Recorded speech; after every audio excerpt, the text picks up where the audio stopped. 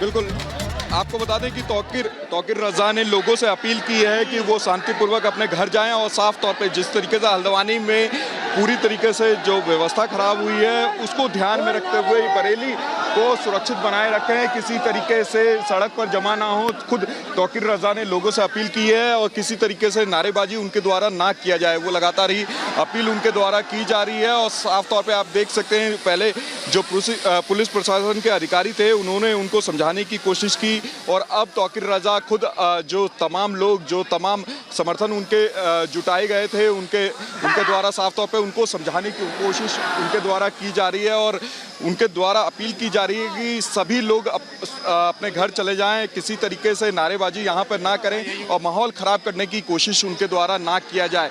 देखिए साफ तौर पे आप देख सकते हैं यहाँ पर और लगातार ही वो लोगों से अपील उनके द्वारा की जा रही है कि शांतिपूर्वक वो घर चले जाएं।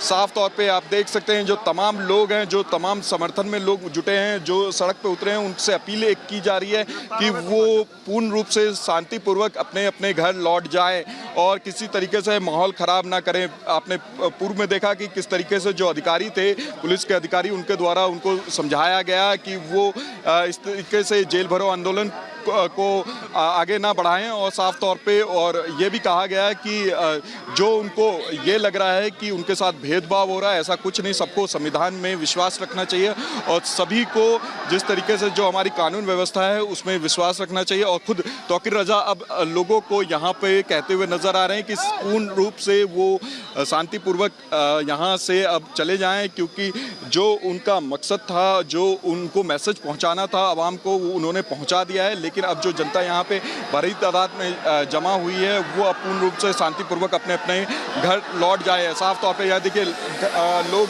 जो भारी तादाद में यहाँ पे जमा हुए हैं और साफ तौर पे सुरक्षा के मद्देनजर यहाँ पे जो पुलिस के अधिकारी भी लगातार ही यहाँ पे मुस्तैद हैं और पीएससी की कई टीमें यहाँ पे लगाई गई हैं और आप देख सकते हैं कि भारी तादाद में जो पुलिस व्यवस्था है, साफ तौर पे जो पुलिस के कर्मी हैं भारी तादाद में यहाँ पे तैनात किए गए हैं और लगातार ही लोगों को समझाने की यहाँ पे कोशिश की जा रही है। और अब देख सकते हैं तौकीर रज़ा ने भी एक अपील की कि शांति बनाए रखें और साफ तौर पर एक मैसेज दें पूर्ण रूप से। यहाँ पर साफ तौर पे आप देख सकते हैं भारी तादाद में जो लोग हैं वो अब अपने घर लौटते हुए दिख रहे हैं कि जिस तरीके से तौकीर रज़ा ने उनको समझाया। पहले पुलिस प्रशासन की तरफ से तौकीर रज़ा को समझाया गया कि वो इस तरीके से माहौल ना ख़राब होने दें, क्योंकि आपने हल्द्वानी में देखा कि किस तरीके से माहौल ख़राब हुआ और वहाँ पर आगजनी हुई और साफ तौर पर उसको ध्यान में रखते हुए बरेली की जो शांति है उसको भंग ना करें। और यहाँ पर तमाम जो अधिकारी हैं वो भी मौजूद हैं। तौकीर रज़ा ने खुद अपने लोगों से फिर बात की और वहाँ बात करने के बाद उनको कहा कि वो अपने अपने घर लौट जाए। साफ तौर पे आप देख सकते हैं भारी तादाद में यहाँ पे पुलिस बल तैनात की गई है और लगभग सुबह से ही हर जगह बैरिकेडिंग की गई है और साफ तौर पर उनका एक ही मकसद था कि पूर्ण रूप से बरेली में जो शांति है वो बरकरार रखा जाए और यहाँ पे जो लोग जमा हो रहे थे उनको रोका जाए। और आपने देखा कि किस तरीके से लोगों को जमा होने से रोकने के लिए लगातार ही पुलिस के आला अधिकारी हर जगह बैरिकेडिंग उनके द्वारा किया गया था। और तौकीर रज़ा एक बात पे अड़े थे कि उनको अपनी गिरफ्तारी देनी है, लेकिन यहाँ पुलिस के जो अधिकारी थे उन्होंने समझाया और उन्होंने कहा कि आप जिस तरीके से आप कर रहे हैं उससे कहीं ना कहीं माहौल ख़राब हो सकता है। आप समझिए, आप जिम्मेदार एक नागरिक हैं। और उसके बाद यहाँ पर हम लोगों से बात, तौकीर रज़ा ने आप लोगों को समझाने की कोशिश की, कि अपील की।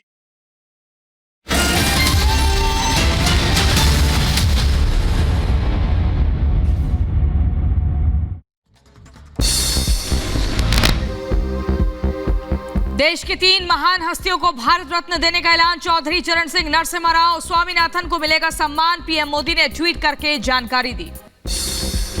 तीनों दिग्गजों को भारत रत्न दिए जाने पर केंद्रीय गृह मंत्री अमित शाह ने बधाई दी। ट्वीट करके लिखा, सम्मानित किए जाने की घोषणा से बेहद खुश हूं। चौधरी चरण सिंह को भारत रत्न देने के फैसले का सीएम योगी ने स्वागत किया। कहा, देश के किसानों का सम्मान। चौधरी चरण सिंह को भारत रत्न दिए जाने पर जयंत चौधरी का बयान। कहा, फैसला पीढ़ियों तक याद रखा जाएगा। पीएम मोदी का बहुत आभार। भारत रत्न दिए जाने पर जयंत चौधरी का बयान। कहा, आज चौधरी अजीत सिंह का अधूरा सपना हुआ पूरा। नए भारत में बहुमत बहुत कुछ बदल रहा है। आरएलडी नेता जयंत चौधरी ने एनडीए में जाने के संकेत दिए, बोले मोदी जी ने दिलों को जीतने का काम किया है। केंद्र सरकार के श्वेत पत्र पर संसद में चर्चा, वित्त मंत्री निर्मला सीतारमण ने सदन में जवाब दिया। लोकसभा में श्वेत पत्र पर चर्चा के दौरान वित्त मंत्री का बयान, कहा यूपीए ने अर्थव्यवस्था को डुबाया, बीजेपी सरकार ने भारत देश को संभाला। सदन में चर्चा के दौरान निर्मला सीतारमण ने गिनाई सरकार की उपलब्धियां, कहा अर्थव्यवस्था 5वें नंबर पर पहुंची, हम देश को टॉप 3 अर्थव्यवस्था में ले जा रहे हैं। वित्त मंत्री सीतारमण ने विपक्ष पर साधा निशाना, कहा पिछली सरकारों में घोटाले हुए, देश को जानना चाहिए सच, हालात सही करने में 10 साल लग गए। विपक्ष पर हमलावर हुई निर्मला सीतारमण, कहा यूपीए राज में कोयले को बना दिया था राख, हमने कोयले को हीरा बनाया।